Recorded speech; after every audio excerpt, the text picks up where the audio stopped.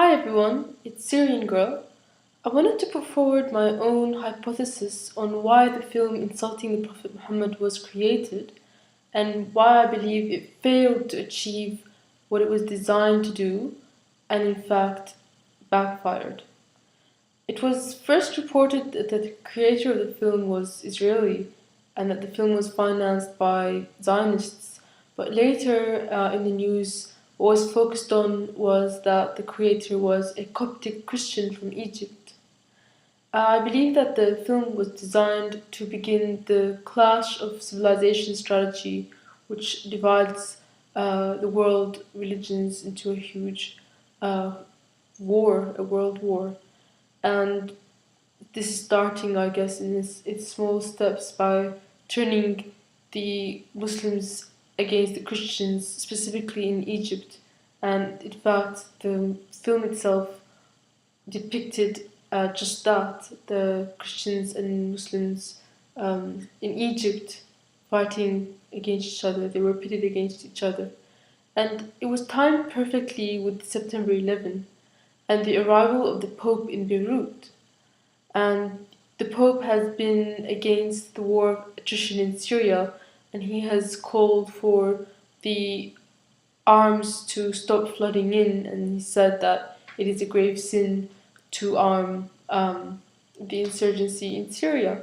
So I believe that, just my own theory, that it may have been designed to instigate some kind of protest against the Christians in Egypt as well as the Pope's arrival, to pit, of course, Christians and Muslims against each other.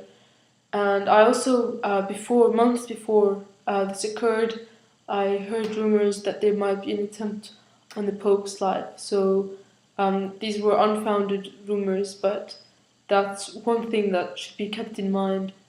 And there was certainly some articles that emerged from Zionist media such as Ynet and Jerusalem Post that carried forward this idea that uh, Muslims were in fact protesting Christians due to the film. But this is not what actually occurred. In fact, Egyptian Muslims and Christians protested the film together, hand in hand, and the majority of the rage directed towards the film was not directed at Christians, but was in fact directed at US imperialism in the region. Instead of burning down churches, people rioted against KFCs and burned American flags. And this kind of just reminded everybody that the US is an imperialist power in the region. And I think it really backfired on the intentions of its makers. And one of the more interesting things about this is that the Wahhabi sheikhs, such as Qardawi, who have been directing a Muslim jihad into Syria and who has been making radical statements against Syrian Christians and Alawites, promoting violence against them, I've actually came out and said writing against US embassies was a sin. So I find that extremely ironic.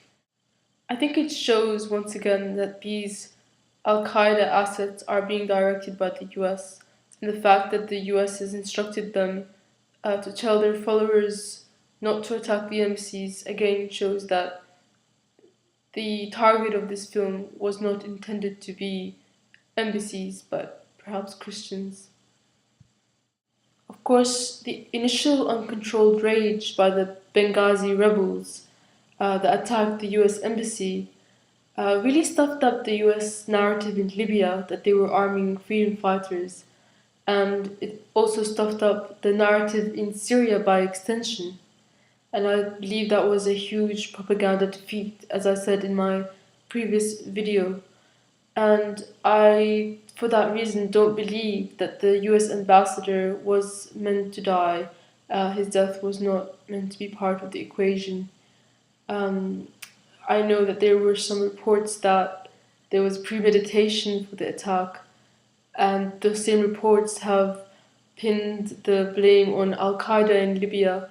But the irony of that is now that they are admitting that Al Qaeda exists in Libya when it suits them, which it's exactly something that they ridiculed Gaddafi about when he said they were in there. It just shows how short the memory of people really are, and especially of the media. And I think in some ways it has worked in their favor, this film, because it has paved way for the Romney era, and for more imperialism. For the average American, I'm sure that seeing American flags burning alongside Israeli flags will see it as a personal attack. And I know that many saw the attack on the US ambassador as an attack against the nation. But I ask those people to consider how Libyans feel about the fact that the US helped kill their president, and how that would be an attack on the nation as well and would enrage them the same way. And I also asked them to consider that the ambassador's actions in funding extremists is what led to his own demise.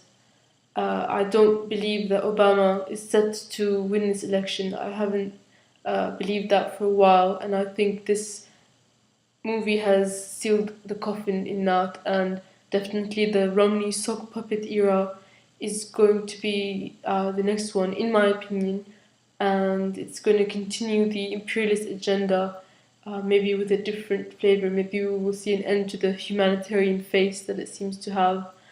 Certainly, nobody batted an eyelash when 50 US troops were sent into Libya.